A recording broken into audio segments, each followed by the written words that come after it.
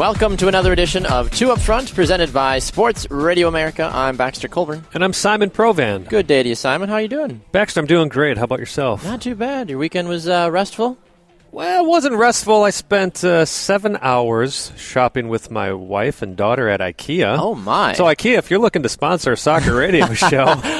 This segment brought to you by IKEA and their new furniture line that we can't pronounce because it's so weird. Did you buy any weird named furniture? Oh, it's all, Swedish named. Mm-hmm. But yeah, we spent quite a bit. Now, granted, this was something we've had planned for a while. Our daughters are getting older. We got to create some more space in the bedrooms. Of course. I need some space in my room. Not that the listeners really care to hear about all that, but hey, that's life, you know. So it was a planned day. I had a couple of requests to do other stuff from other people. I said, no, my wife and I have planned this IKEA shopping day for a number of weeks. So, and you really do need an entire day to go to IKEA. You do. Honestly. You do. And plus, it's 2 hours away, so it's a 2-hour true. drive. So you want to make sure you get everything. At about the 5th hour, we're both kind of like, do we just want to stop? Like, no, we're here. We're determined. We're going to get what we need. And I have to say, my daughter Bethany, who's been on this show, she was awesome, man. She a trooper? Not a single complaint. What a gal. So, Must have been all that good parenting. Yeah. How about, well, thank you. How about yourself? How was your weekend? My weekend was good. I don't remember what I did this weekend. I'm sure it was exciting, whatever it was. Wow. Yeah. I know I did some stuff. I could not tell you what I did, though, off the top. I'd have to check my calendar. I had a broadcast Sunday. Where was I? Wow. It wasn't important. What's apparently. the score? I had that on Sunday. Yeah, I just can't remember what I did Friday or Saturday. Well, that was a long time ago. It really was. I did go. I will say the highlight of my weekend, though, I did get to go on a date with my wife last night, which was really nice. Awesome. Even though it was just a small whatever date, we still got to go and to spend some time together. So, because I'll be doing some traveling in the next couple of weeks as well. So, but yeah, it was a lot of fun and a fun little weekend, even though I don't remember most of it. I don't know. It's hard not to forget a 7-hour shopping trip. I'll tell you that. I was going to say that sounds easier. Yeah. And here was the best part is that it took us about 30 minutes to get the van packed so we could actually travel with this stuff. I go to hop in the front seat, and my wife, God bless her, had forgotten that she had moved the seat up towards the steering wheel. Sure. We got one of those cargo things where you can flip the seat down. So in order to flip the seat down, you got to move the driver's seat forward. Sure. So we get everything packed in the van, and I go to sit in the driver's seat. And I'm like, hon, what happened here? Oh, my goodness. She felt so bad. And I told her, hey, you know what? Honest mistake. Yeah. So spent another 10 minutes or so rearranging all of that. So you could actually have a couple of inches of legroom. Yeah. I love it. See, that proves that we're human. We're human, and you know what? In the end, it makes it for a fun memory to have. Exactly, and that's all that matters at the end of the day. All right. Well, we should probably talk a little bit about soccer. That's why we're here. That's why people are here, probably to listen to us. So, yes, if you do enjoy listening to us talk about soccer, you can find us on Fridays on Sports Radio America from 2 to 5 p.m. Eastern Time on sportsradioamerica.com and on the TuneIn app and on demand on iTunes, iHeartRadio, and on Spreaker.com. We are doing, for the month of April, we will not have a quote-unquote live broadcast on Wednesdays anymore. Everything that we're going to be doing is going to be broadcast on Sports Radio America on Fridays from that 2 to 5 p.m. Eastern Time. There's just some scheduling stuff on Simon and I's part, so we can't consistently do the show live on Wednesdays and all that, but we really want you to check out all the fantastic content that Sports Radio America does have on their network as well. Yeah, and that's the biggest part of the move is we'd like to help the station out, Sports Radio America, and also help ourselves out. So we appreciate all of you who listen to our show, especially Baxter and I have noticed that when we have a Milwaukee guest on, the numbers skyrocket. So, a personal shout-out and thank you to all the Milwaukee listeners.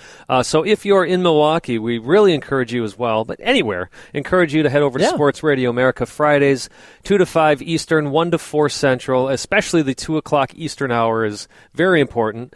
So if you could listen to us there, at least for the month of April, we'll see how the numbers work, and we're calling it a fun little experiment for this month. What's the worst that could happen? You obviously, like we said, you can catch the show on demand. It will be released at a later date, obviously, after our show airs on the network. So if you do miss that time, don't freak out and be like, I've missed the show.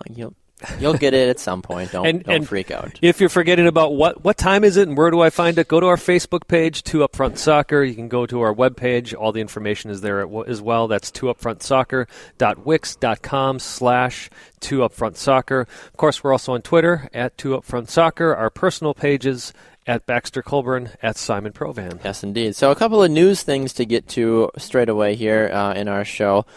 We do have a couple of interviews later on in the show as well. Wisconsin Lutheran College women's soccer head coach Tony Pierce will be here with us. Not Tony Bennett, like I called him. Tony Pierce. That would be a fun interview, though, having Tony Bennett on the show. It would be. And I think we joked around about it yesterday. Yeah. I think Tony Bennett would be like, guys, I'm Italian, but I watch baseball. I don't watch soccer. Although I don't know if that's true. He seems like that kind of New York guy. I could see that. Yeah, absolutely. So Tony Pierce will be on with us later on in the show, and Christine Nairn of the Washington Spirit and U.S. women's national team will be on with us as well in our next segment. You can catch those interviews. Christine Nairn, part of our women's soccer spotlight this week. So great opportunity getting a chance to speak with her. So a couple of news things that I want to get to for Major Big soccer fans. Major Big, yes. If anybody that's been an international soccer fan for a long time, you know that El Clasico was this last weekend, and folks were very happy, depending on what side of the fence you fall on. If there's not a bigger derby than the Manchester City-Manchester United derby, I really do think it's El Clasico. And that kind of begs the question, though, which derby is bigger? But I don't know. I was thinking El Clasico would be. At this point, yeah. I mean, it's got more history with those two teams having been the top two in the La Liga for so long, whereas Manchester City is still pretty much a newer, high-powered club, as it, until it was bought out. Yes. Before that, it was always a mid-tier, bottom-tier, or not tier, but mid-table, bottom-table type of club. So, yeah, I'd go with El Clasico. That or the Portland Timbers Seattle Sounders, but that's for another day. Depends on who you ask, I think, on that one. Real Madrid getting a victory for the first time in a long time against Barcelona. It was great for them to get a nice victory. They win 2-1. Barcelona got the game going in the 56th minute on a nice little PK goal, like an actual, like Gerard PK, not from the penalty spot. Not a penalty kick, right. It's the worst, like PK goal. I'll be like, wait, who scored? Anyway, so Gerard Piqué had a beautiful soaring header, beat out Pepe for the cross and knocked it in. And then we saw a really, really quality goal off of a ricochet by Karim Benzema. So the Frenchman showing that he can still score, even though he chooses not to do so for France. Right. Or he gets involved in scandals, which ban him from the French national team as well. But anyway, different time, different subject. But still doing well with Real Madrid. He is. And then, of course, game's on the line. You need a man to step up and score a game-winning goal. 84th minute, Cristiano Ronaldo does what he does, gets a nice little ball to fall to him in the back post, calms and composes himself, takes the ball off his chest, and drives it between a defender and the goalkeeper, and they ultimately win the game. And they were at 10 men. 10 men, yeah. There was a red card in the game, so Real Madrid, against all odds, ends up winning this game. Now, they still sit third in the table, 7 points behind Barcelona. So you can look at that and say, well, geez, is that win really that important then? Because more unlikely Barcelona is going to end up winning the league.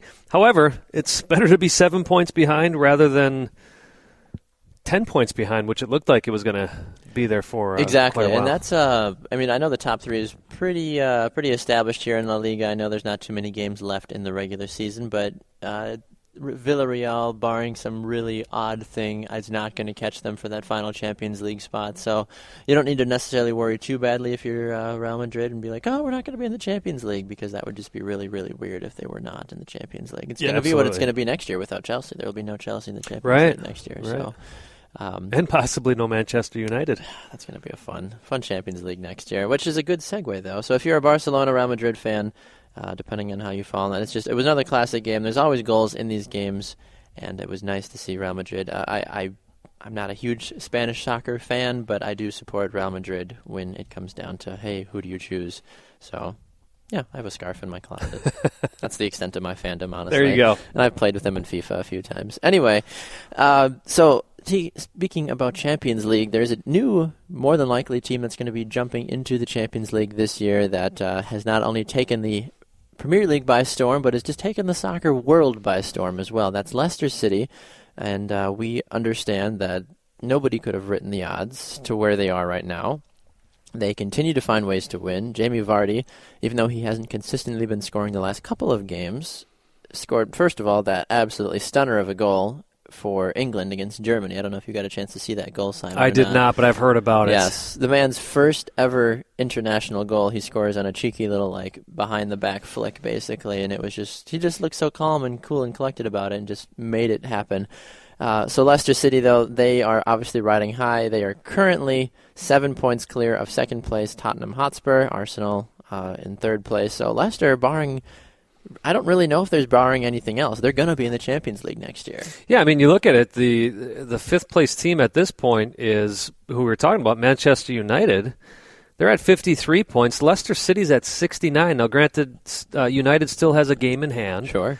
But that's 16 points. Even if United wins, they're 13 points behind. Yeah. And the reason that that's important is if Leicester were somehow to fall to fifth, that's where they'd end up. I haven't even done the math. Yeah, it's mathematically possible for that to happen. For Leicester to fall all the way to fifth? Yes. Well, the thing is, though, too, is what I'm going to keep a small eye on, though, is West Ham United, because they're only 2 points out of fifth place and 3 points out of fourth place. Not to say that West Ham United's going to go to the Champions League or Europa League, but they're the only other team close enough, because Southampton would have to win out, honestly, to even have a chance, even with Stoke City as well. Liverpool, I just don't see any of those guys doing that. Yeah, the important thing about Liverpool is they do have 2 games in hand. True. Because of how they've been doing so well in the tournament. So they have an opportunity. They do have an opportunity. I don't see it happening. Is it 38 games, right? 38 games, right. And Liverpool's at 30. So, yeah. With 45 points. So you say let's say they win the next 2 games.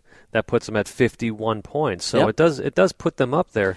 It's certainly possible. Yeah, obviously probably the top 9 teams in the league right now in the Premiership have an opportunity. I mean, you can make arguments about Chelsea as well, saying, hey, if they win out, they're at 44 points. Well, a lot would have to go wrong.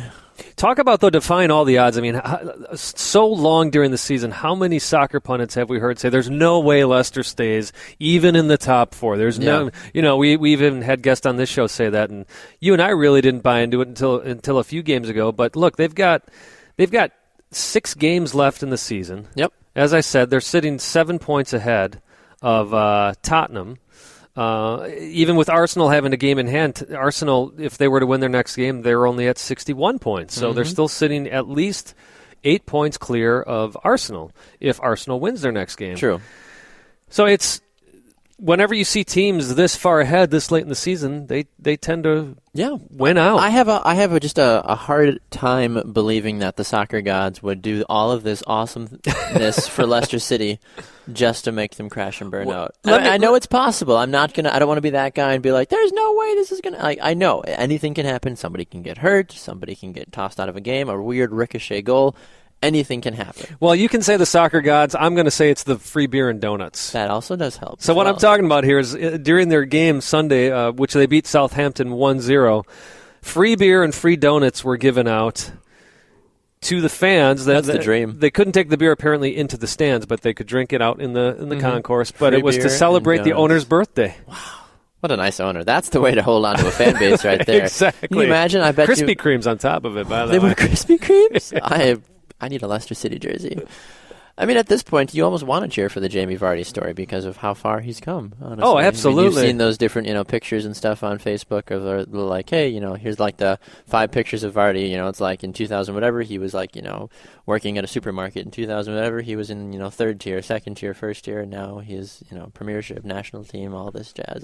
It's really a remarkable story. Kind of reminds me a little bit about the former St. Louis Rams, Arizona Cardinals quarterback Kurt Warner as well, because he didn't get drafted and he was struggling for a while too. And he was in the Arena League with the Iowa Barnstormers. Yeah, he was there. I think he actually was a bagger at a grocery store too. That's right, he was. Then all of a sudden, he's now a Super Bowl winning quarterback. I think MVP too. Yeah. Oh, absolutely. Terrific stories. And I think one of the things that's great about Leicester City, this is what's keeping them in check as well, is Claudio Ranieri, their manager, was asked, is it how awesome is it to be part of this incredible story? And his response was, I haven't written anything yet. We haven't won anything yet. Exactly. So he's being a realist about this, that he's not letting his guys get comfortable. He's not letting them think, all right, we got this. I wouldn't either if I was You can't. You'd be like, look, we're having a great run so far. And I will say this, though, if Leicester City does go through the Champions League, they are going to need to spend a little bit of money and get a couple extra goal scorers, because that's great that Jamie Vardy and Riyad Mahrez are leading the way with 19 and 16 goals respectively, but you're going to need a couple more, especially to go deep in Champions League play. You're going to need a couple more dynamic players. They've got some good other players, but if you look at the breakdown of goals, it goes 19-16, and then it goes 5-3-3-1-1-1. Well, and Baxter, not only just talking about Champions League, but also dealing with playing those extra games and having to deal with the Premier League. You need the depth as well, and you're going to be playing, I mean, you talk about Champions League or Europa League, you've got all those extra games, then you've got the couple tournaments, you've got the FA Cup, you've got all the other tournaments that England puts on as a whole. Exactly. So you're playing 4 or 5 seasons almost at one time, especially when you throw in all the travel with Europa or Champions League. And of course, the big difference with Champions League versus Europa League is these teams get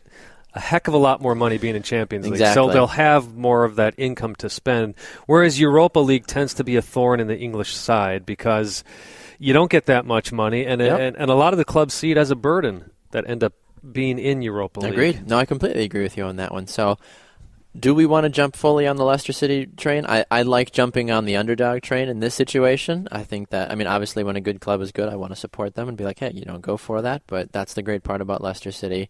And it does beg the question, though, too, if, there was an MLS playoff like what Leicester City, like with the Premier League at the end of the year, how would they do against those same 4 or 8 teams, consistently like that? So Leicester City definitely keep an eye on them as they continue to go along as well. Last piece of news that we wanted to hit on before we go to a break involves a household name in the U.S. soccer world. And now not only is she a household name, she is a household name at the police station as well, as Abby Wambach found herself arrested early Sunday morning by the police in Portland, Oregon. Portland never any good there. She was charged with driving under the influence, and Wambach has accepted full responsibility about it. She was just at a friend's house for dinner and had a little too much to drink and ran a red light. That's what spurred the officer to pull her over in the beginning. There was no swerving or anything about that. She just ran a red light. The officer happened to be there and tagged her, and she did offer a statement about it, though. She said, those that know me know that I have always demanded excellence for myself. I have let myself and others down. I take full responsibility for my actions, among other things that she says. But she is very remarkable about it. The most important thing is she says, this is all on me. Now, you know me, Baxter. I admittedly am not much of a Wambach fan. Yes, yep. And when I first heard about this, I'll be honest, my first thought was, of course, Abby would do something like this. I give her tons of credit for doing what most athletes don't do, and that's coming out and taking full responsibility for it. So, Abby Wambach, as I said, I give you a lot of credit for this. Now, that said, if you're a person, you're out at a party, it is ridiculous in this time and age to be driving drunk, to be driving buzzed, to be driving 100%. Under the influence. You've got Uber, you've got Lyft. Of course, you still have the taxis, and this happens in Portland, Oregon. I've been out there a few times now. There are so many more transportation choices out there. You've got the street rail out there. Their buses run quite late, so there's even if you didn't want to do Uber or a taxi, you can hop on these. So. It's a stupid choice. I agree. For anybody who does it, it's stupid. And that's not saying that if you're in a place where you don't have those options that it's okay. No. Find an alternative. Exactly. It's okay to just stay where you're at or call a favor or even walk, for goodness sake. So you figure she runs a red light. Yeah. I mean, she got lucky that she didn't hit anybody and not kill anybody else or herself in this situation. No, I completely agree with you on that one. Yeah, you're definitely glad that this was the only damage done. Absolutely. So the side thing, though, to go along with that, though, is Alejandra Bedoya and Josie Altidore have been having a little fun, and Bedoya has been getting some backlash on Twitter as well from some fans, basically saying, you're a garbage player. What, you don't have any reason to be commenting on this at all. And he had some good points in the fact that he's like, I didn't realize that. Because we're athletes, we're infallible, and we can, do no wrong, even though if we do wrong, it's fine. It's not and he was making a point. Now, I want to say this before I go on because I don't want people getting upset with us. We came out and did a Facebook Live video, and we talked about how we agree with the woman suing U.S. Soccer right now that they should be paid the same. So keep that in mind with this comment I'm about to say. A couple of fans came out and said, hey, wait a second. If this happens to a male player, people give them all kinds of grief for it. Agreed. So, we're talking about equal rights. There's also equal consequences. Exactly. And even though she came out and said, this is all on me, let's treat her like we would treat any other professional athlete and call her out for doing what she did. I agree. And, of course, Bedoya's big comment was, hey, Maybe you should blame it on a foreign player's talent. Foreign player's fault, yeah. Yes. No, that was definitely by far the best. Josie Altidore said should have used one of the team vans, LOL. Which, of course, goes back to when Hope Solo and her husband were driving U.S. soccer vans while they were drunk. Bedoya did offer, later on in some of his tweets saying, I do stand with the women, and I do stand with what's going on. And that is another thing, though, too, we have heard, just going back to a new segment that we did talk about earlier in the week when we did our pod special, we've heard guys like Landon Donovan and Tim Howard and other big names come out and say, hey, I totally support what the women are doing. So it is nice to see that there is a blanket coverage across. Yeah. And the last thing I want to say is for those fans going after Bedoya saying, hey, this is the worst day of her life. How can you go out and do something like this to her? Look, it's the worst day of your life if a family member dies, something tragic happens to you. Might it be the worst day of her life? Yes, but she chose to do that. Exactly. This isn't something that was out of her control. Exactly. So if you're sitting there saying that he shouldn't be going after her or making comments because of the situation she was in, folks, she put herself in that situation. You opened the door for people to give you grief. I completely agree. Yeah, it's very interesting to hear where everybody falls on the sides of the fence with this one. So, all right, we're going to jump to a break. When we come back, our women's soccer spotlight will be here. Christine Nairn of the Washington Spirit will be here to join us, and we'll chat a little bit about soccer and a different derby, as she knows it, down in Australia. We'll talk about that more right after this on Two Up Front, presented by Sports Radio America.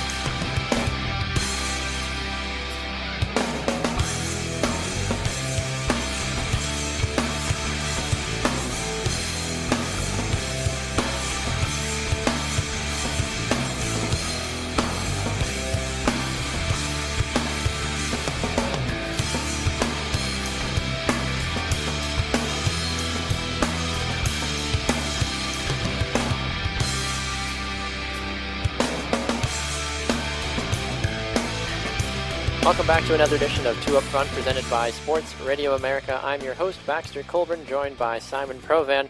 On the line with us now for our women's soccer spotlight is Washington Spirit midfielder Christine Nairn. She joins us on the phone from the great state of Washington. Welcome to the program. How are you, Christine? I'm good. Thanks for having me. You are very welcome. So you guys are rolling through preseason right now, and things seem to be looking good. You are 2-0 in the preseason. The Spirit, everybody looks to be doing pretty well, and how are things looking on your end from your perspective? Yeah, it's been a good 3 weeks of preseason. I can't believe this is already our third week. But the team's doing really well. We're just learning each other's strengths and weaknesses and, learning our style of play and the way Jim wants to, structure our new team. And, I'm excited to be on board. I'm excited for a new coach and for him to bring new things to the table. And, to be honest, I'm excited for the season to get started because we've been kicking each other for the past 3 weeks, and I think it'll be fun to kick someone else. Absolutely, yeah. You mean that in the nicest way possible, I'm sure. Yeah, absolutely.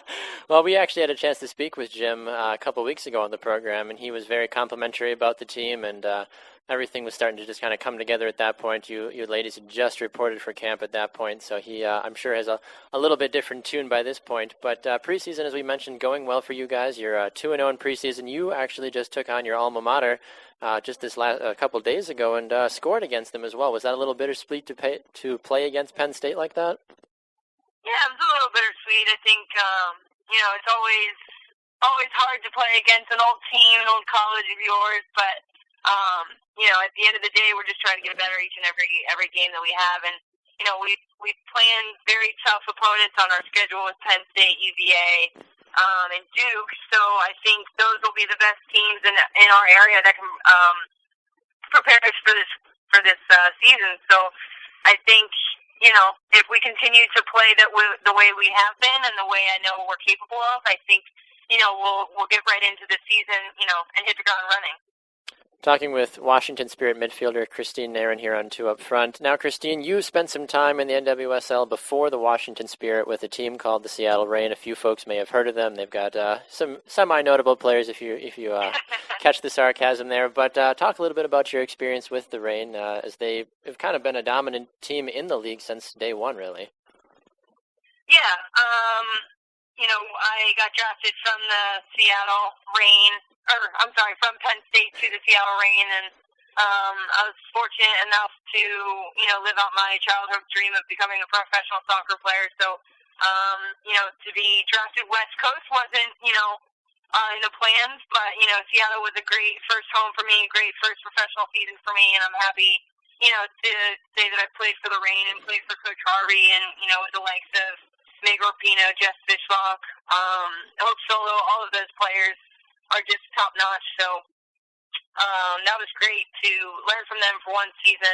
But it was nice in the off season to be traded back home and to be able to play in front of friends and family week in and week out. Is something is very special to me and very important to me because family is a big part of my life, and to be able to represent them on the professional stage is something that I think doesn't happen very often, and I get to live out in my upcoming third year with the Spirit. So, I never forget where, Seattle picked me up and gave me a shot for my first year, but Washington Spirit is home, and I'm excited to get started with them this season. Well, speaking of being at home, too, you've had the opportunity to go a little bit of abroad as well. You spent some time in the out in Australia in the W League as well, playing for Melbourne Victory. Now, for those that don't know, there's two different teams in Melbourne as well. For us that don't know the difference between the two, Melbourne Victory and Melbourne City, can you explain the difference? Is it kind of like a Manchester United-Manchester City rivalry, or is it just two friendly clubs? That is exactly what it is. That's the best way I think you can put it, because Man City in England actually owns Melbourne City. Oh, so okay. I feel like that's the best way I've heard it described, and I think, the easiest way to understand it. And, Victory's been around. I think it's one of the founding clubs in the W League in Australia. So they have a lot of history. I think they've won it once, I want to say 2 years ago. So they have the taste of the championship right in front of them. And, what City did is they opened up a brand new team this year and just brought in a lot of the Matildas, a lot of great international players such as Kim Little, Jen Beattie, and Jeff Fishlock. So, if you bring in those type of players along with the Matildas, I think it just was the perfect recipe for success. And, I went to a lot of their games, and it was great to see another women's team in the same city and to support them, regardless of it being a different team, but to be able to support girls that I play with at the Seattle Reign. And, any way I can help, push women's soccer, I'm going to do it. So, just to be able to watch them play in the same city was something unique, and I think it doesn't happen very often. So there's always going to be a little bit of a chip on our shoulder when we play City or City plays us. Like I said, it's like you said, it's the Manchester United-Man City rivalry. Everyone has that game marked on their calendar, and they're counting down the days already. So. I've been fortunate enough to represent the Victory for the past 2 years, and I hope to be back this season. So I'm looking forward to having that game on my calendar and circling it red. Absolutely, yeah. And hopefully it'll come out a little bit different this year. Oh, okay, yeah, and that was the next thing I was going to kind of ask you too. Between that derby that you've had a chance to play in as well, but also just playing in the NWSL and in the W League in Australia, what are some of the differences that you've noticed? Because I feel like both leagues are obviously incredibly talented with the ladies that are in there, but something maybe has to stick out between each league that it's like, this league doesn't have this or something of that nature. Is there any really defined differences, or are they pretty similar? They're very similar. The players want to play, and they want to put their stamp on the game, but I think the biggest difference is the style of play. between the American League and the Australian League. I think, the American League has been around for, I think, three rounds of different leagues. So what you can expect in the American League, it's going to be fast. It's going to be, it's going to be strong.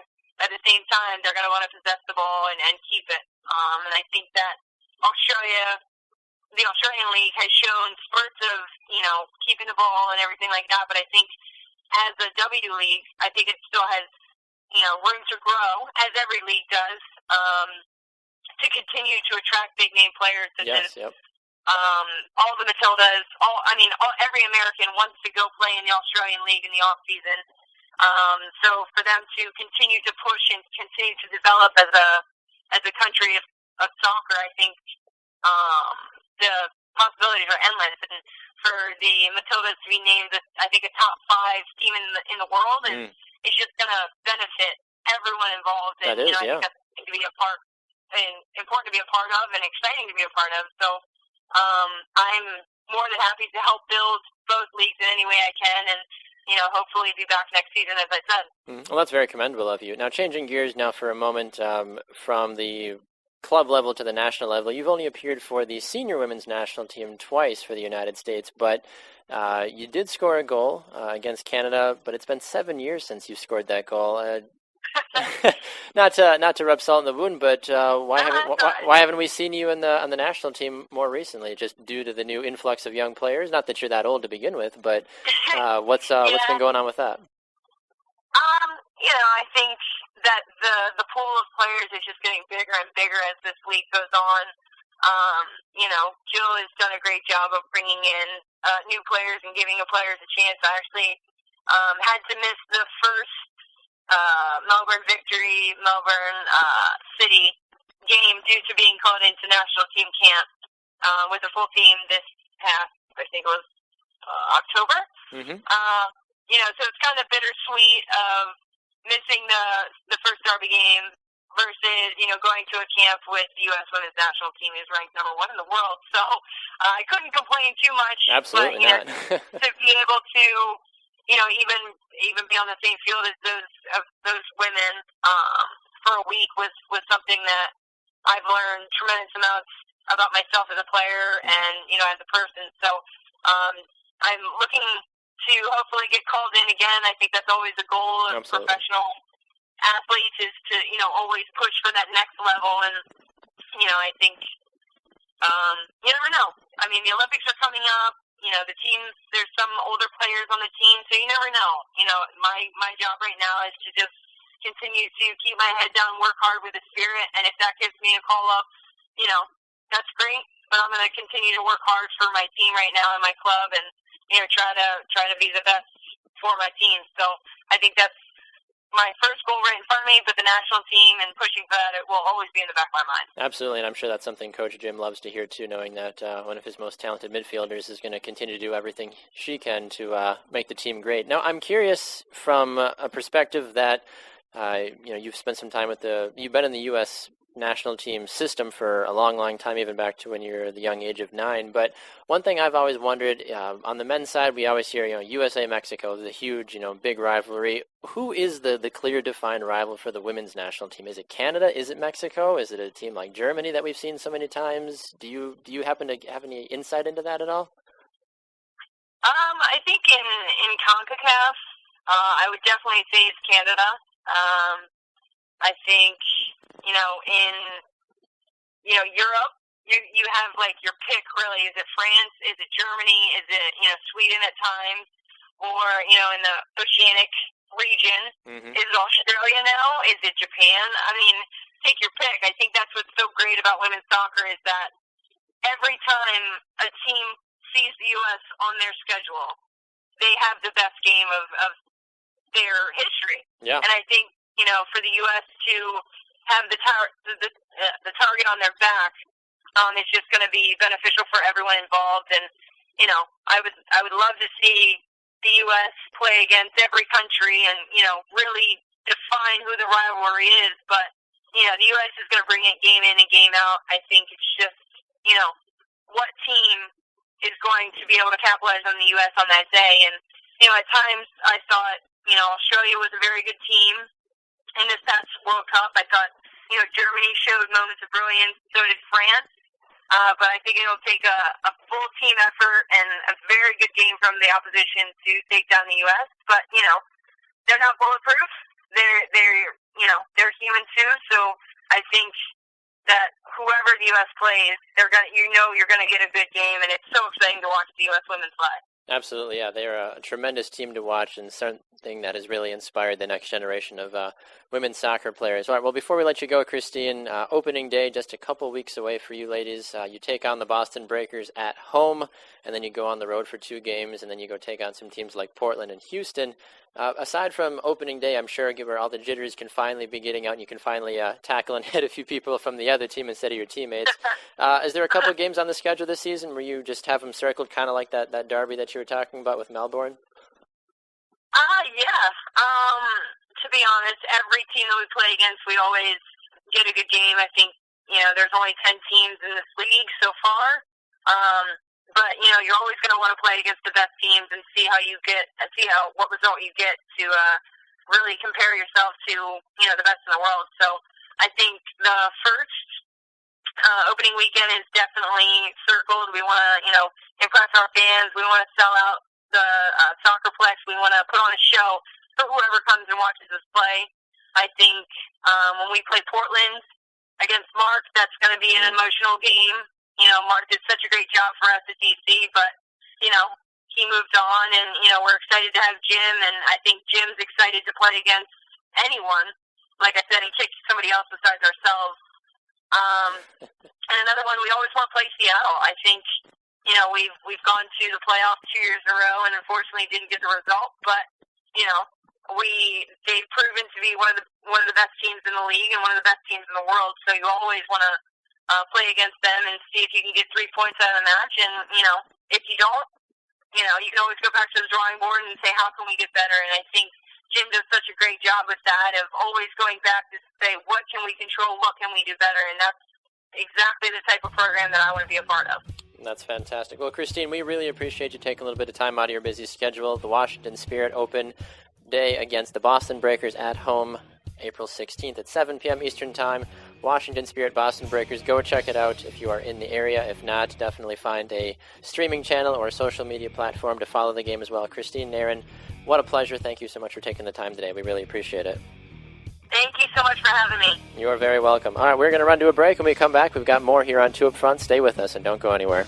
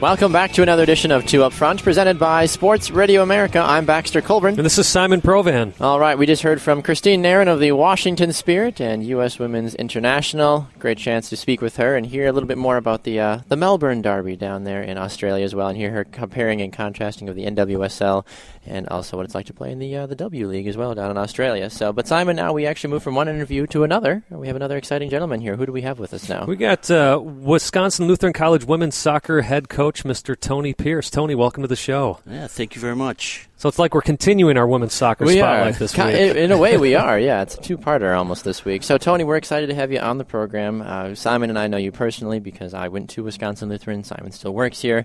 I've had a chance to watch you from the coaching perspective. I know Simon knows you a little bit more before when you were still doing your playing days as well. So why don't we talk a little bit about the coaching season right now? You guys have a couple months still until opening day for you. September 1st, I believe, is opening day, against I think that's Lake right Park. around there. So you've been now here at Wisconsin Lutheran for a total of 6 years. You were here for a couple years, took a couple years off. Now you're back again. So you're 4 years back into the process of everything, and can you kind of give us a little synopsis of how last season went and how we're looking going into this year? Yeah, last year we had a young team and really kind of an unproven team, and as we've been going through in the growth process, kind of changing the culture of what the women's soccer program is about here at WLC. We went through some growing pains, and last year I think our team was a tight unit, but we just had to learn each other and what it was about to play together. And we took our lumps, and we played some quality teams. I think we had 3 teams that were in the top 25 in the country, and maybe we jumped the gun a little bit by scheduling those guys, but I want us to be able to compete with those those teams and our players to see what it's like to be in that environment, and like I said, for us to be able to handle it. And so this coming season, the girls have been working hard in the off season. We started our non-traditional season last week, and everybody's on board. Everybody's been working hard. They've been involved in the PEP program over at Freighter. That's huge. Okay. Yeah, and you can tell that it's helped them.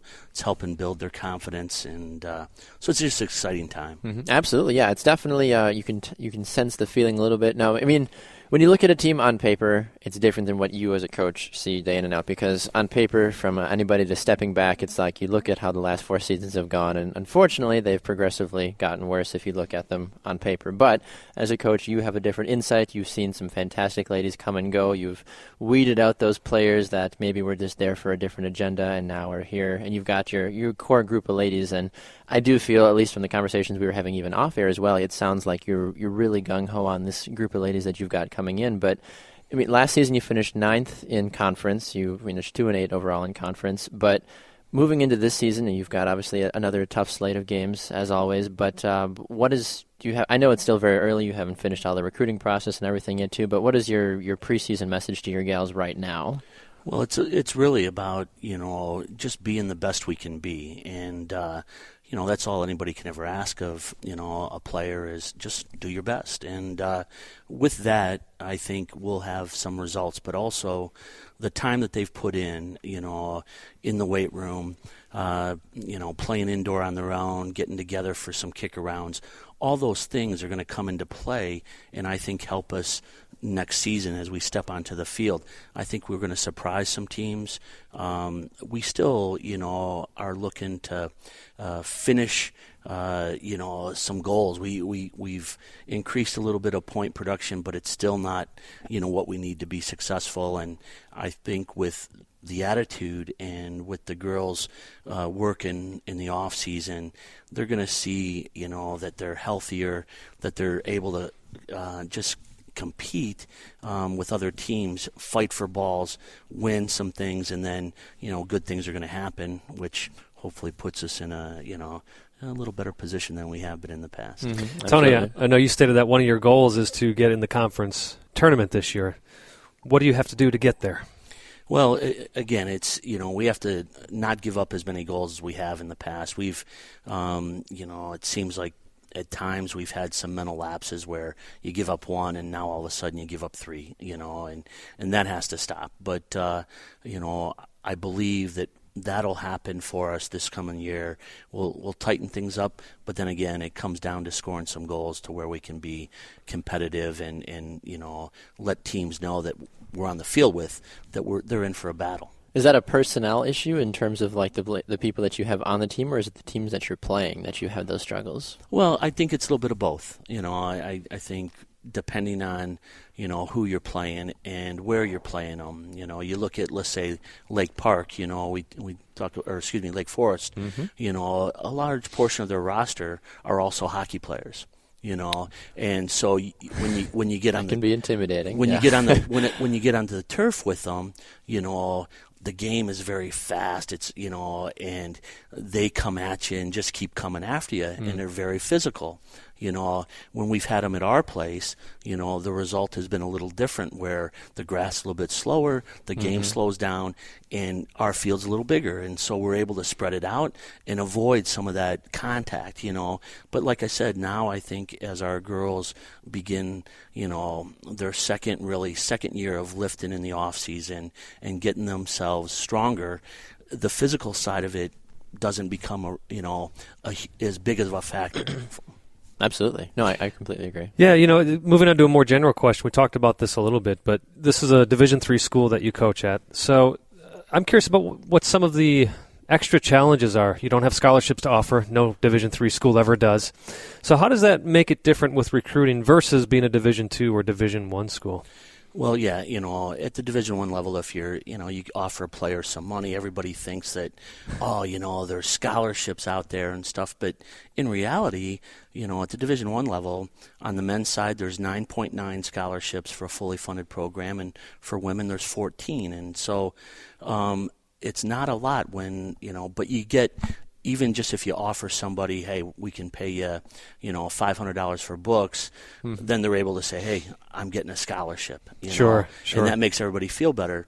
But, let's face it, at the Division III level, the girls that are coming in, the school actually has some great academic scholarships that are out there. Absolutely. And I don't care whether, however you're getting the money to help, alleviate the stress of the cost of the, school is wonderful. But, our presidential scholarship is $15,000, cuts cost of school in half, and that's just tremendous, So trying to get them to understand that okay, it's not athletic, but it still is a scholarship that you've earned by doing well in school. You're going to receive this money, and so you should be proud of that. Those merit scholarships are huge. Yeah, and there's also something to be said too about having a smart person be on your team on the field, because generally that means they're going to be a smart player as well. Certainly helps. That's for sure. Yeah, I mean, I can attest to that though too, Tony. I mean, that's the reason I ended up here at WLC, is because I was recruited, by the men's soccer coach, but then I was offered just a very good financial aid package, and I knew going in for Division III, it was like, hey, we can't offer you an athletic scholarship, but we can offer you other scholarships based off of how you did, and ultimately that's why I chose to go here. I mean, the program looked like a lot of fun, but also, I knew when I got out of college in 4 years that I wouldn't have as big a debt as I was going to, and that's the thing you accept to go into a Division III school, regardless of how big or small the program is, regardless of how successful it is. Be like, look, I'm here because A, I love soccer, I love it, and B, I'm going to be getting an education. Like, that's more so a focus as well. Yeah, the bottom line, is exactly that. That you're going to walk away getting an education, and the soccer experience is going to be enjoyable. It's going to be good. It just really helps supplement the educational side, but. There's a place for everybody. I mean, regardless of where you are on the spectrum, there's a place for you to play in this country, at the collegiate level. Exactly. And, here we are trying to, find players that help us get better.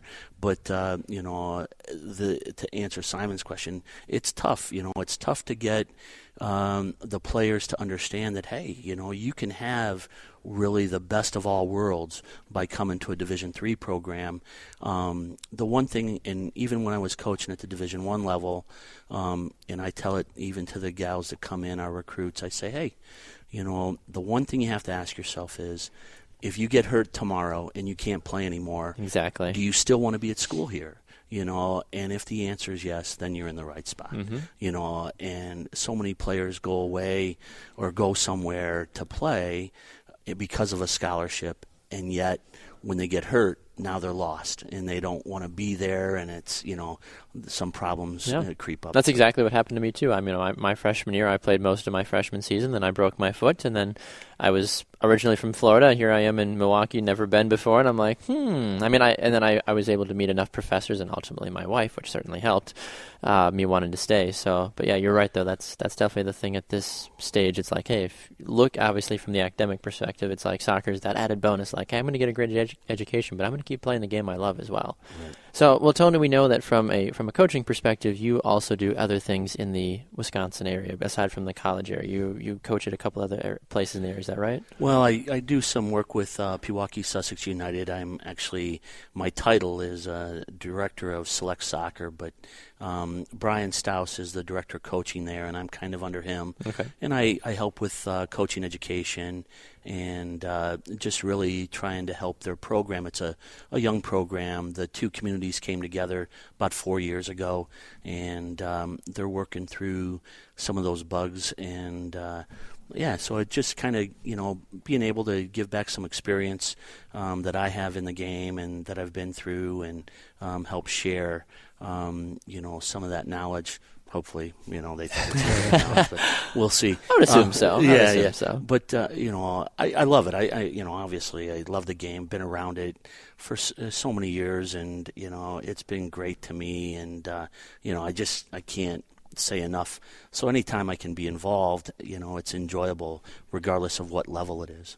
So speaking of playing the game, you had won a championship back in the 80s, a national championship with UConn, where you were obviously the starting goalkeeper.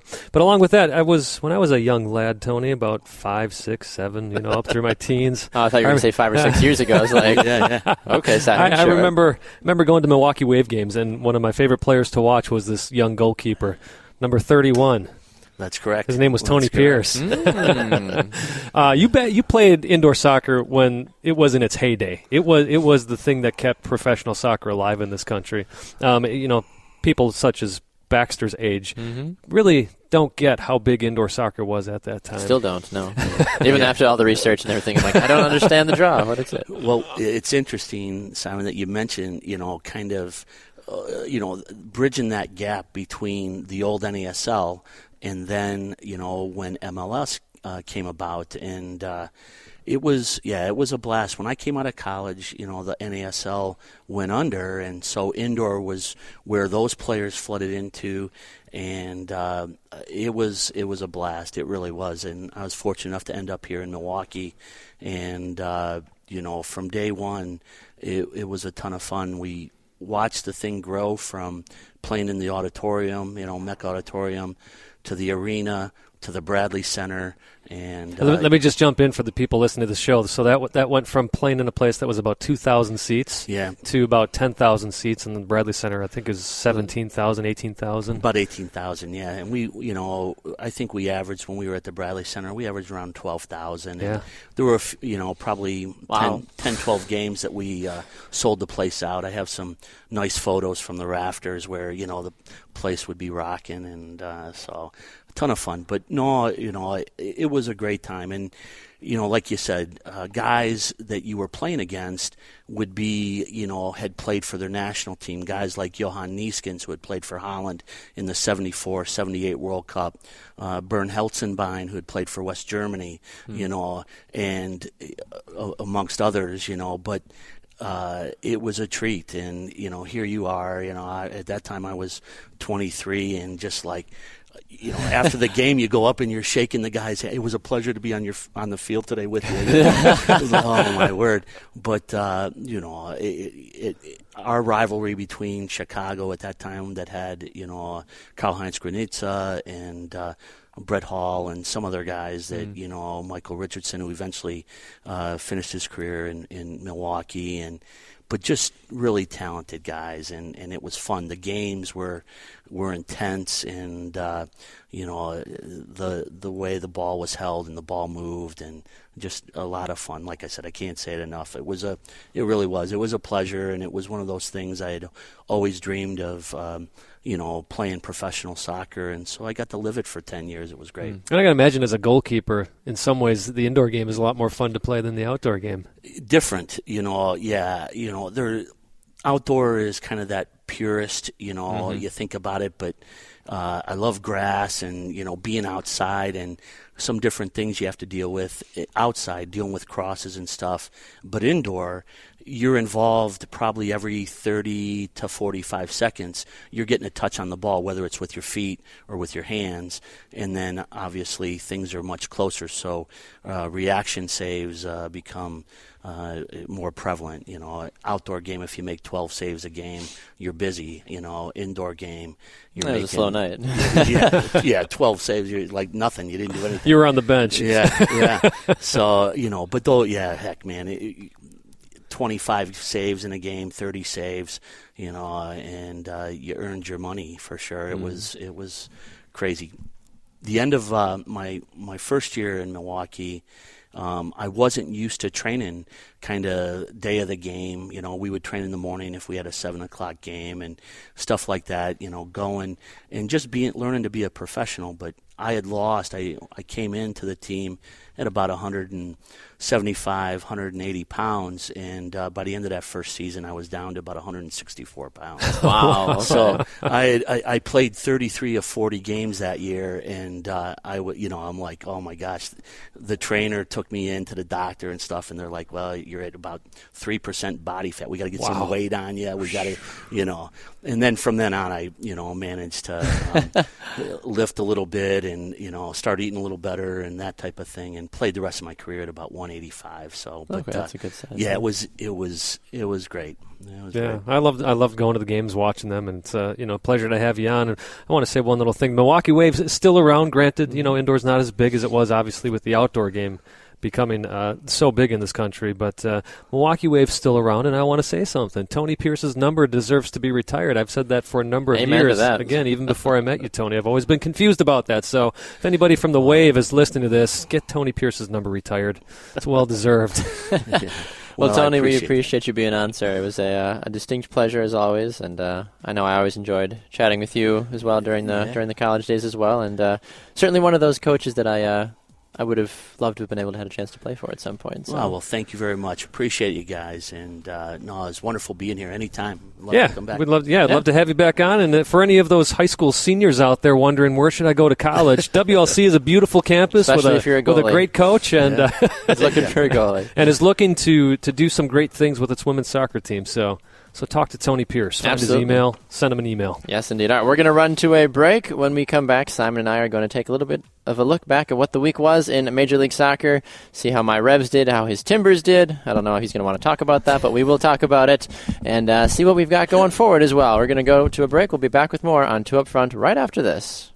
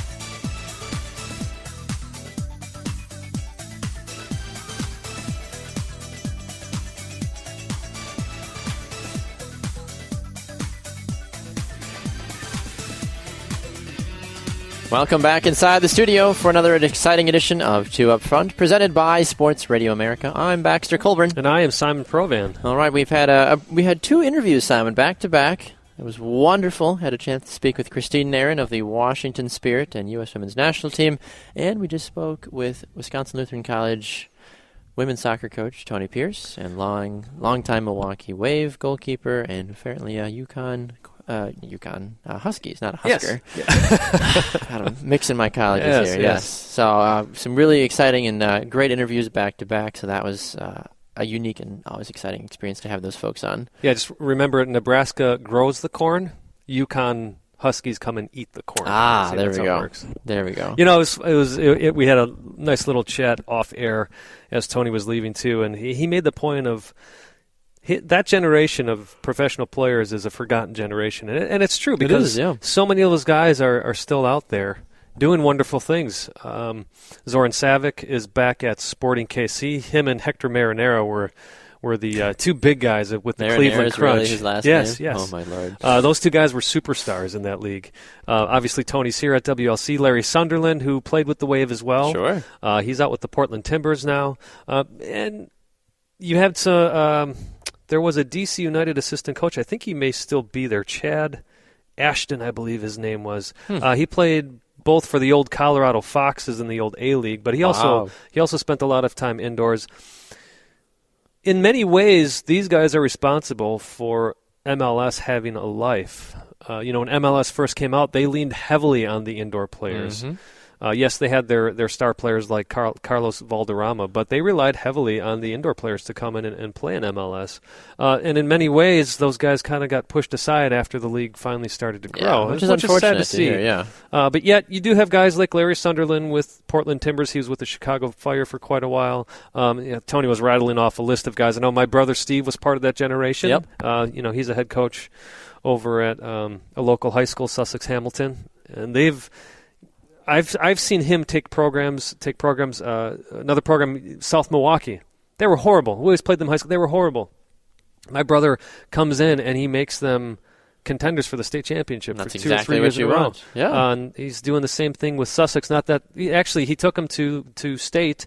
They were 2 games from getting to the final, I believe. Wow, okay. Not this year, but last year they beat one of the powerhouse schools. So these guys know what the game is. Mm-hmm. They know how to develop players, and hopefully that generation will, when you look back, irrespective of time, at some point, I'm using the wrong words there, but you get my point. Sure. That history will look back and say, wow, this generation actually did a lot for this game that they don't get credit for. I'd agree. No, I completely agree with you on that one, and it's great to see so many players want to give back, because sometimes depending on, the little bit of shunning, some folks don't want to be around it. Be like, well, screw it. If you don't want me to be part of the game, fine. I don't want anything to do with the game. But like, no, I'm going to find opportunities to still showcase the talents and skills that I made a living off of, and now I want to give back, which is great, and that's ultimately what you want to see.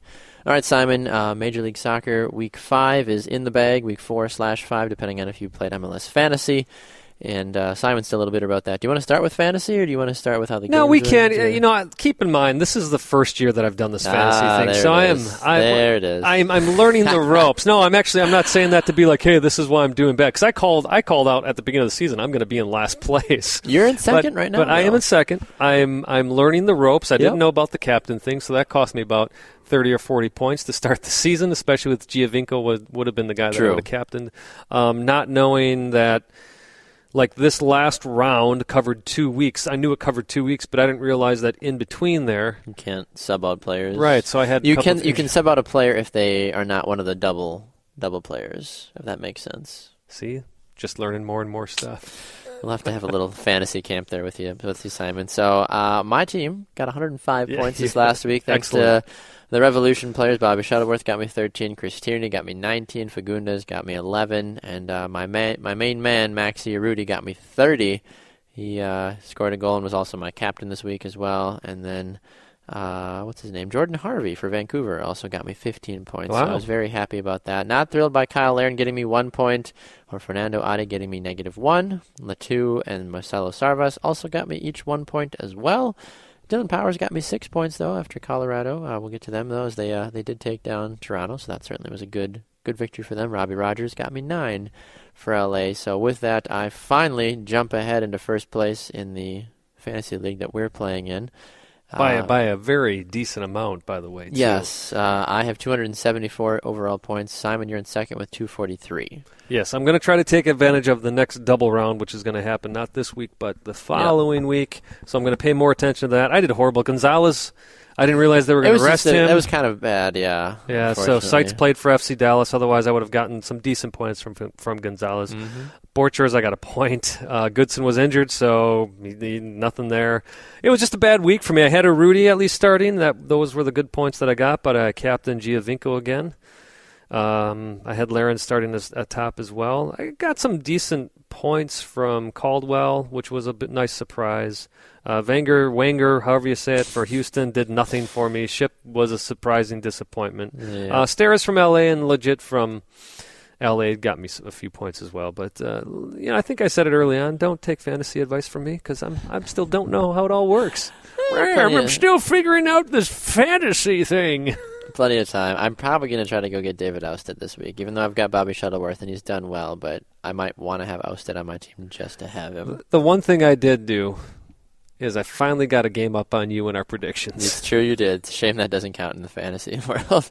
But yes, our predictions this last week. We'll go back through, obviously, and let you know how the games played accordingly. Simon went 5-5 on the week. I went 4-6. So congratulations, Simon, to finally we've drawn every week aside from now this last one. Or actually, no, I'm kidding. I beat you week 3. Right. So our overall record is I'm 16-30 and you're 17-29. So that's a good day to be alive. Line. Good day to be alive. And this next week, I'm sure, will make it even more complicated. So let's walk back through the week that it was. The New England Revolution and the New York Red Bulls in Viernes Football, or Football Viernes, Friday Night Football on Unimas. I actually watched the game. Actually had the broadcast up as well, so I got to listen to the broadcast. And as you said, that was the highlight of the game. Yes, being able to listen to it because it is Chris Tierney, Diego Fagundes. I was like, yeah, I mean, you can't It's just funny though, to hear them switch back and forth between the accents. I speak very, very little Spanish. I do too. I caught a couple things. My favorite thing was back in the day when Spanish TV was or Spanish games, it was just called the Mexican League, then the Primera Division. Now it's Liga MX. Those were some of the only soccer games we'd get, so I tuned in and watched. My favorite was always, Dr. Pepper. Yeah, that's the best part about it, too. Or, you have some of the interviews, they were going hard. They were going, Spanish the entire time, and then they interviewed Jay Heaps at halftime, and they're talking to the sideline reporter right before she walks up, and then she's like, "So, Coach, how did you think the first half went?" I was like... And keep in mind, folks, we are not making fun of the Spanish announcer. We're making fun of ourselves when it gets down to it. It's really just, it's enjoyable. It is. The passion... Just the language itself. I do want to learn more Spanish. It's an enjoyable language just to know more about. So the Revolution, they got a goal. There's controversy all over that goal about should play have stopped, should it not have stopped. There was a Red Bulls player down. Juan Agudelo played on, ended up crossing the ball across the face of goal, and Diego Fagundes, doing what any outside midfielder should do, he tracked the ball, he came in back post, and he slotted it home first time nicely. And the Revolution ultimately win 1-0. Their first victory of the year. Now they have 6 points. They do, and we've got a lot to get through yet, so I'm just going to say this quickly. Yep. I was upset with the Sporting KC. Yeah, you mentioned that with Brad Davis. Right, they were playing against Toronto FC. Yep. What got me upset about that one, and I will stand on this, I don't care what Alexi Lala says, everybody stopped playing. Not only did Toronto stop playing, Sporting KC stopped playing. Yep. And Brad Davis saw that happen, and then he kept going. That's the issue I have with it, is everybody had stopped playing. On this one was different. Run of play, New England's going down, nobody stopped playing, and if it's a goal-scoring opportunity, a clear goal-scoring opportunity like this one was, you don't stop playing. No. You keep going on. If this had been a middle of the park, wherever kind of thing, I understand that. Stop play there, but... that was not the case this time. And now I know people are going to say, well, but that there was a possible goal-scoring opportunity for Sporting, and that's why they kept playing. Again, the difference was everybody stopped. Literally everybody stopped. Nobody stopped. I think maybe one person stopped for this. Yep. So New England wins. They are now in the playoffs if they were to start today, but we've got a long way to go on the season.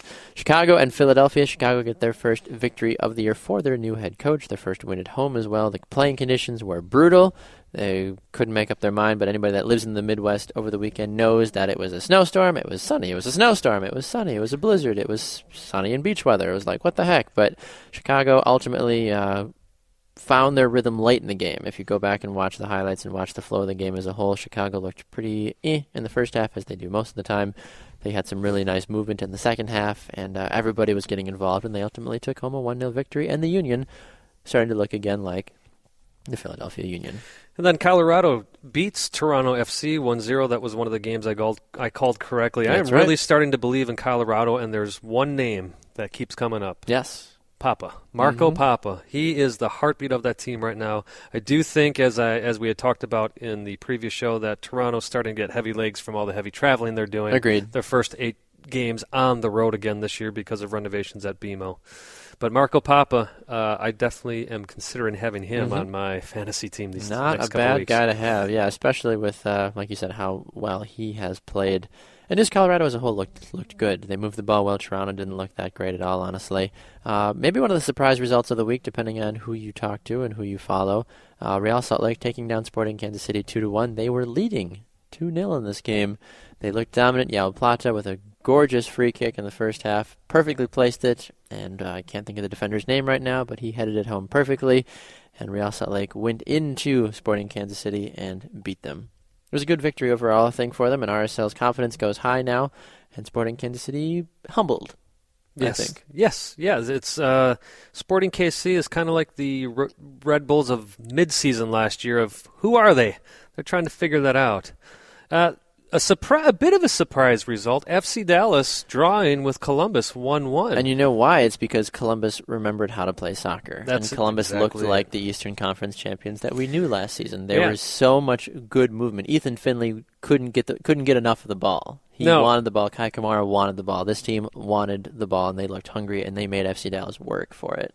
Higuain with a perfectly placed corner in the 9th minute with that Justin Meram put in the back of the goal. But nevertheless, FC Dallas completely dominated this game, and it paid off for them in the 77th minute with a Akindele goal. But listen to this, 21 shots for FC Dallas to Columbus's 8. But only 4 of those shots were put on target for FC Dallas as well. And that sounds like a Portland Timbers problem when you look at it. It does, yes. We'll get to Portland in just a moment. Simon and I were gracious enough to give Seattle the first victory of the year, so you're welcome, Seattle. Yes, and it was one of those deals, Baxter, where I didn't pick them, which is why I said congratulations on getting your first win. Exactly. And that's exactly what happened. And I had a thought in the back of my mind, too. I'm like, it's home. I feel like Seattle's finally just... They're due for one, yeah. And they did. Clint Dempsey, they took it all the way until the late, I believe, 75th minute, 76th minute, I believe. And Clint Dempsey got a weird little just heads-up goal in front, got a nice little cross in and popped it in, and hey, they won. One of the most entertaining games of the week was Vancouver and L.A., even though it was scoreless. You left that game tired like it was a 5-6 shootout. Can David Ousted do this week in and week out for the rest of the year? No, I don't know. Because that was the story of this game. What is his nationality? Do we know? Is he a Canadian?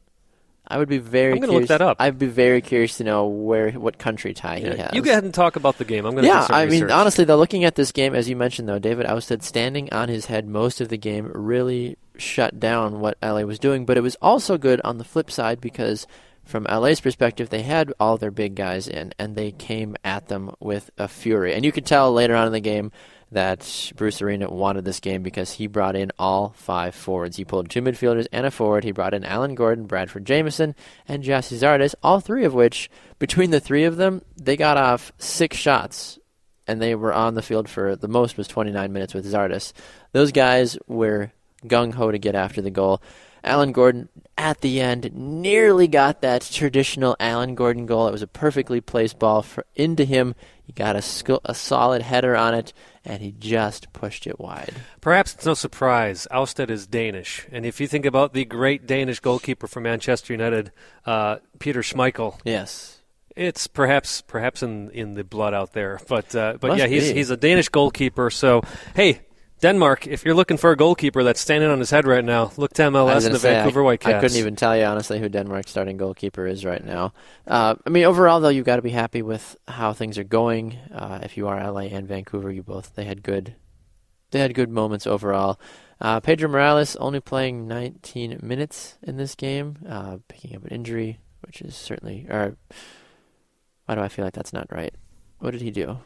I forget what he did. I have to figure out what he did. Red card. He got a red card. That's what it was. That's what it was. I was like... I will say that one was a little questionable. But, hey, the league has come out and said that the refs have to clamp down on the cleats-up tackles. And if it happens... that's what it was. It was Matias Labo. Oh, I'm sorry. That's what it was. Sorry. Anyways, I'll go on with my point here. No, you're fine. Because it was a questionable red card for Laba. Yeah. I say that, then at the same time, the league has come out and said they want the pro referees to really look at. They want them to clamp down on the cleats up tackles. Yeah, and that's exactly what it was. What's interesting about that, we'll get to this game. There was a couple of studs up tackles in the Orlando City Portland game that were only yellow cards, and on a couple of those, I thought, man. For both Portland and Orlando, interesting. Those should be some red cards out there. You would think so, and that's the thing, Joe. And that's the age-old thing that you go back to, though, as well for the NFL. What is a catch? What defines exactly a yellow card? What defines a red card? But you know what? I give the league credit because the game has gotten a bit sloppy in MLS. Yep, I agree. So it's going to be tough for a while, but it's only going to make the game better. So for fans saying the league needs to concentrate more on the field product, which I agree with, this is the way you start dealing with it, is getting the referees on board. Exactly, absolutely. So those two teams drew in an exciting fixture. San Jose and DC United also drew 1-1. Chris Wondolowski trying to put the team on his back in this game didn't end up working out for him. Quincy Amarikwa, though, he is the man that is another not a bad idea to go and get in a fantasy team because he gets the ball a lot for San Jose. Yeah, he sure does. And in fact, it looked like DC United was going to win this game. San Jose doesn't get a goal until the 88th minute. Shea Salinas with the assist on an Adam John goal. Yep, and that was just a nice touch, honestly. It was a swung-in ball to the near post, and John kind of dove at it with his foot and just redirected it to the far post and couldn't get goalie. He wouldn't get to it. A shout-out to the San Jose Earthquake fans for finally putting up a decent tifo, by the way.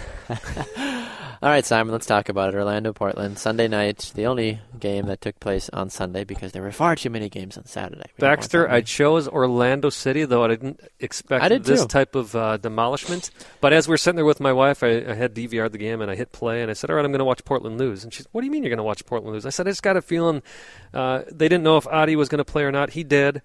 But in the back, he didn't play very long, though. I don't think he played the full game. He did not play the full. I think he came out in the 58th minute or something like that. He wasn't very effective. But part of that was the whole team wasn't effective. Mm-hmm. You've got two backs right now who Jermaine Taylor, who he spent plenty of time with Houston. He's a decent back. Sure. But when you've got him back there with this English kid, 21 years old, I'm blanking on his name right now, but he's stepping in. Actually, Taylor's been playing on the outside, and this You're guy. Talking about Jack Barnby? Nope, not Barnby. Didn't play last night either. It's I'm sorry, yes, Barnby. Okay. So Barnby steps in on the outside back. They put Taylor to the inside, which is where Ridgewell has been playing. Yep. Borchers, you could tell he was frustrated. He didn't have a very good game himself, but you've got basically half of your defense brand new to this team.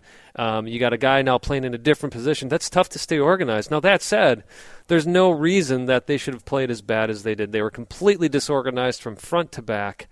They had a few moments of owning the game in the final third, but Orlando, they looked like MLS Cup winners last night. They did, and they went out and beat, and that's the storyline too that a lot of media outlets are running with, has said that Orlando took down the defending MLS Cup champions. Well, they took them down, they stomped them, they threw them in the grave, and they picked them up again and threw them back in the grave. Exactly. Well, you have to commend the performance from Kaká, though, last night. He played 80 minutes, he registered one wonderful goal and two brilliant assists, as he always does. And Breck Shea as well. That was, I'll tell you what, I was sitting there watching the game, that left-footed bending to the, back almost onto the field and then into the goal. I just sat there and went, even as a Timbers fan, I got to go. Exactly. Wow, nice goal, man. And I really hope that U.S. men's national team fans don't start freaking out saying, where is that? That would be a good left back. We've tried Breck Shea. Stop.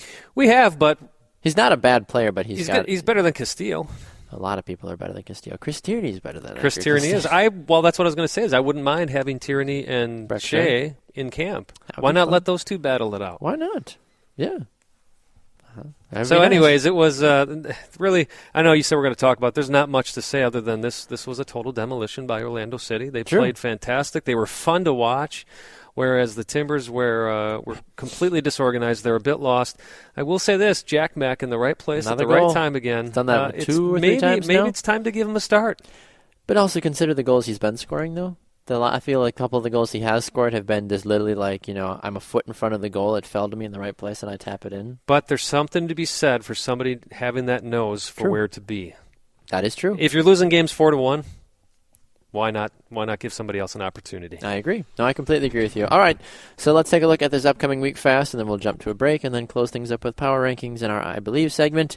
So Philadelphia and Orlando. Philadelphia is hosting. Orlando, in my opinion, is the clear choice for probably a while until I'm proven differently. Yeah, you can copy that and paste it. Okay, I will do that. I'm watching Baxter do this in their Montreal Google Doc. and Columbus. Now, this is a fun game now. An interesting storyline, obviously, now after Montreal losing to Seattle. But Montreal played fairly well. Columbus hinting that they're back to their form that they were last year. Yes, one thing to keep in mind is this will be in Montreal. I don't know if Drogba is going to play at all. Probably. He's been taking the last 45 games off. But I'm going to take Montreal on this. Columbus perhaps needs a couple more games to really find their stride. All right, I'm going to jump on the bandwagon of Columbus and take them. All right. Revs hosting. The Revs are hosting Toronto FC. Simon, you mentioned it. The Revs. Toronto is tired. New England traditionally has done fairly well against Toronto as well. I like New England winning this game. I like New England as well. All right, DC and Vancouver. Did DC do anything? Did DC do enough against San Jose to make us not hate them as much?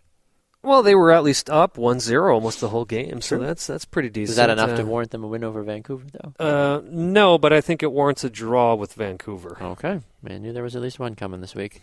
New York Red Bulls. How about yourself? I've got Vancouver. I'm okay. sorry, Vancouver. I still think that they're catching up now to what's going on, and I like where they are moving forward. New York Red Bulls and Sporting Kansas City. You thought I was done with the draws, but I'm not. I'm taking a draw here because don't know who Sporting Kansas City is, and the Red Bulls have been struggling. Mm-hmm. This is in Red Bull Arena. If anything, I'd be leaning more towards a KC win on this, but I'm gonna stick with the draw. I'm gonna go with the Red Bulls on this one.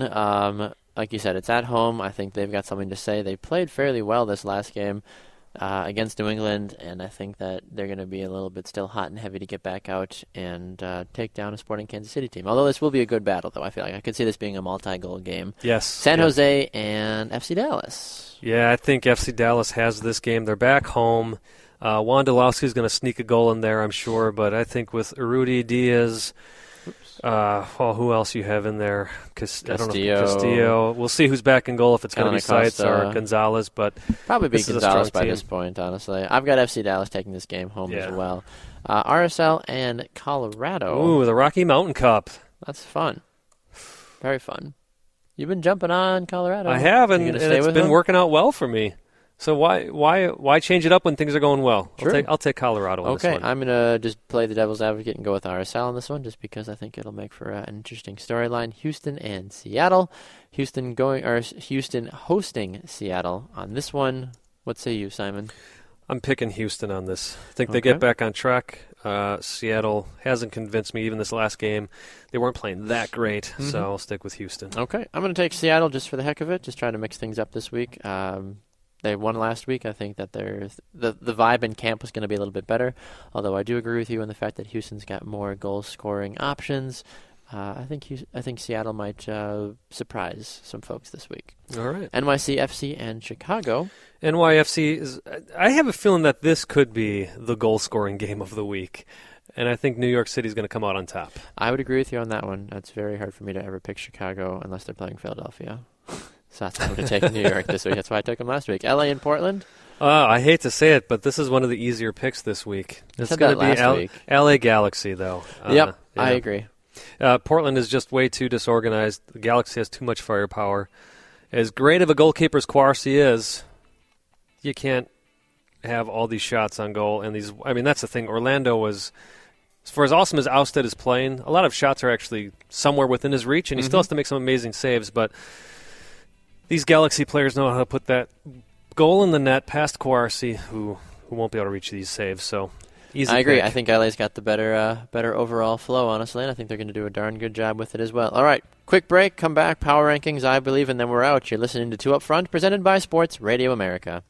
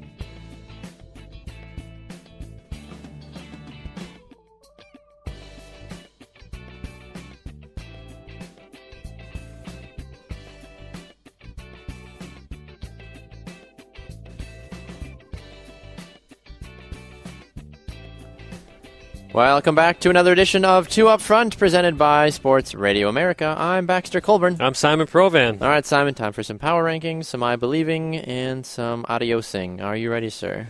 Yes, I am. Okay. Are you sure? I forgot about the power rankings, but I can do this quickly. Absolutely. Let's jump into it. Okay, well, I'll run my 5, and then you... You got them up there so I do. can really see? Okay, good. All right, so my number 5 is the New England Revolution this week after their victory. I think watching the full game, their offense moved the ball well. Lee Wynn, Teal Bunbury, Scott Caldwell, Juan Agudelo, even Kellen Rowe, and Diego Fagundes all started to put things together this week, and I think that warrants them a spot at number 5 in my power rankings. Yeah, I'm going to... I'll add him as you talk. So all right, that sounds good as I mumble and fumble here. Did you know that Chicago is in 6th place, though, in the East? I did not realize that. Don't worry, I'm not putting them there in my power rankings. But Philadelphia was my number 5 last week. I'm taking them out. Baxter, I'm going to cheat and copy. I'm going to do New England Revolution. That's fine. As my number 5 team.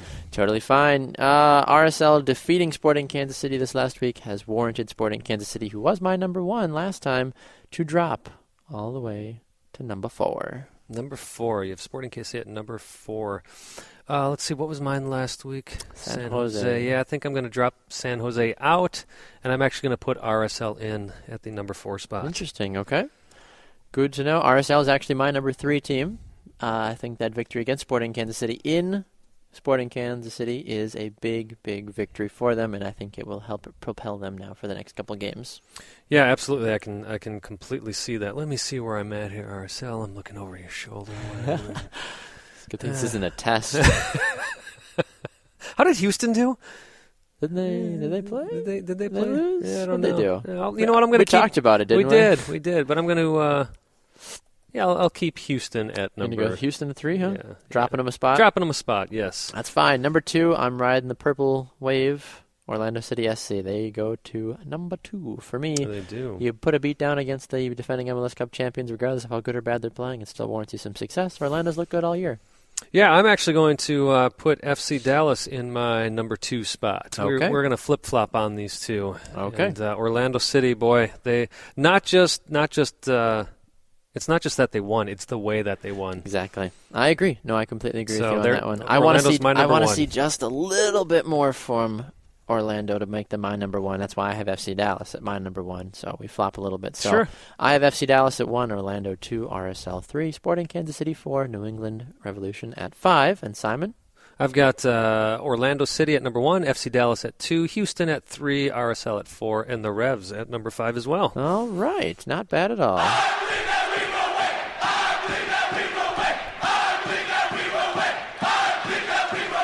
I just gave Simon a heart attack. Sorry about that. Anyway, so it's our I Believe segment. Woo! I believe that Simon will come back to life after I resuscitate him. Yes, right. I'm here. You're awake now, so now that you're awake, you can go first. I will go first. I believe, so we've got the women's national team suing the U.S. Soccer Federation because for equal pay, basically. The women drew in $20 million more than the men did last year. Granted, it was a World Cup year for the women. I'm sure if we wait till this summer and figure out the numbers. It'll be Yeah, flip-flop. do you know how much the men made last year, or during their World Cup year? They made 7 times more than the women Is that right? did. Yeah. So, but that being said, equal pay for equal job, right? True. So I believe that the U.S. women's national team is going to win.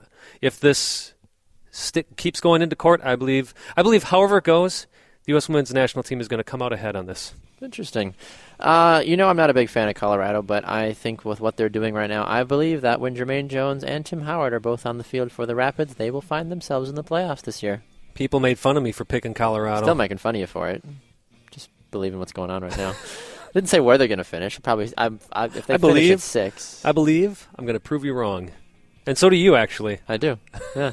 All right. Well, thank you so much for tuning in to another edition of 2 Up Front, presented by Sports Radio America. Remember, for the month of April, you can get us from 2 to 5 p.m. Eastern Time on Sports Radio America. No live shows anywhere. We're pre-recording them due to our busy schedules as well.